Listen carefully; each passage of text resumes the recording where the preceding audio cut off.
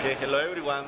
My name is Ricardo Zarate. I'm original from Peru, born and raised, and now I'm living in Los Angeles, and I have my two restaurants in Los Angeles. One called Mochica, which is in downtown, and the other one called Pica in the west. I'm about to open a new restaurant next year, beginning of 2013. It's gonna call Paiche. It's a seafood restaurant. Here we have this canapé called papa la huancaína, which is a potato and a quail egg boiled with a huancaína sauce, which is made with feta cheese, ají amarillo, Peruvian peppers, and Peruvian food is a very unique flavor. And for me to describe Peruvian food, I need to make people understand what's Peruvian food or what's Peru. Peru is a melting pot. I will describe it this way. It's a melting pot that's been cooking for more than 500 years. And the first ingredient were the Incas, you know, the Indians from Peru. And then the Spanish came. I stayed there for 400 years. And the Spanish came with the Moroccans and African influence. They put ingredients in there. Then we came the Europeans, the Italians, the French. They arrived to Peru.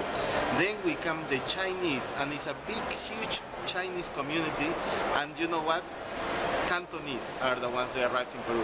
And then the last influence is the Japanese. And just to let you know about this Cantonese influence in Peru, when the Chinese arrived in Peru like more than 100 years ago, you know, like they make a treatment agreements with the Peruvian government to bring the produce, and then when the Peruvians they start looking at the Chinese or Cantonese eating rice, they were asking, you know, what are you eating? You know, what are you eating? And they were saying to them, chifang. No, it's chifang. No, eat rice in Cantonese. And it's funny because Peruvians they didn't understand. They say, oh, chifa. No, chifang, chifa. Oh, I want to eat the chifa food because they thought that they were saying that. And then what is the funny part in here? If you go into Peru and you see any Chinese restaurant in Peru, this doesn't say Chinese restaurant. It says chifa. And that's where the word comes from. And it's the Peruvian Cantonese influence. I'm one of Chef Ricardo's chefs from Los Angeles. And today we have a bunch of tres pas hors d'oeuvres, Peruvian style. For instance, here tonight we have calza, which is a traditional potato salad with spicy red snapper, some cucumber at the base, puff rice, tabico, and a garnish of julienne green onions. Over here we've just got a crostini base, tomato compote with fresh sea urchin and ají amarillo honey to garnish. Over here tonight we've got a very classic Peruvian ceviche called leche de tigre, which is literally translates to tiger's milk.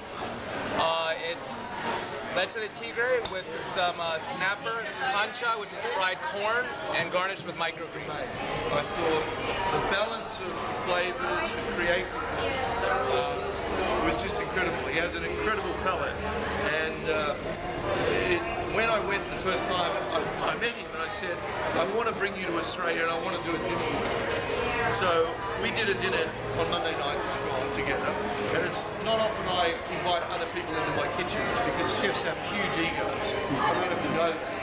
But this guy has no ego and is a brilliant, brilliant chef and a very, very good friend. And I think there's some little snacky things coming out shortly. This is your famous pisco sour, and I had too many of these the other night.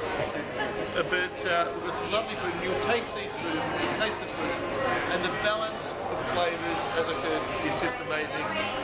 Please welcome him, and again, thank you for coming, and appreciate your friendship, and you're a very talented man.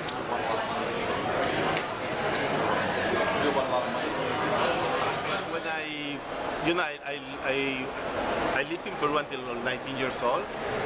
I studied culinary in Peru, and I learned through, you know, my personal experience, you know, from my friends, you know, moms and things like that. But then I moved to London and I studied culinary there at Westminster. So I graduated as a chef, and my first job was in a Japanese restaurant.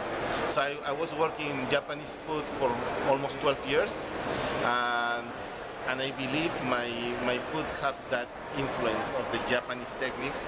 And the most important part I learned about the Japanese and trying to translate it on my food is the cleanliness and the respect on the ingredients they have, you know. So Japanese are very clean, very simple food, but they play 3 flavors, and that's pretty much what I do with my Peruvian food. Peruvian food is it's been recognized in America, and I'm very proud of it. You know, and I think it's upcoming in the rest of the world. Slowly, it's a process, and I'm here in Sydney right now doing a Peruvian cooking demonstration, and I found out there are 2 amazing Peruvian restaurants in here, and I think it will come more and more. And then I heard also in London there are Peruvian restaurants. So it's a process, you know. It's getting there, and it's getting the right way. That's the most important part. As a Peruvian, as a chef, you know, it's getting to know Peruvian on the best of their experience. You know, not as a traditional or not as a ethnic food. Is in a competitive way. I think we're presenting Peruvian food to compete other cuisines. I met Luke Mangan about, you know, like almost a couple of years ago, and he came to my restaurant and he really enjoyed it. So, you know, we become friends, we were talking, and then he decided to invite me to do some dinner together, you know.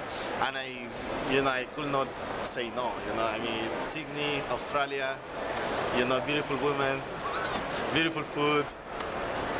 So I enjoy, I'm here. Okay, now fine. Okay, muchas gracias a todos por la bienvenida acá en Australia, y los invito, si algún día vienen a Los Ángeles, que vengan a mi restaurante Mochica en Pica.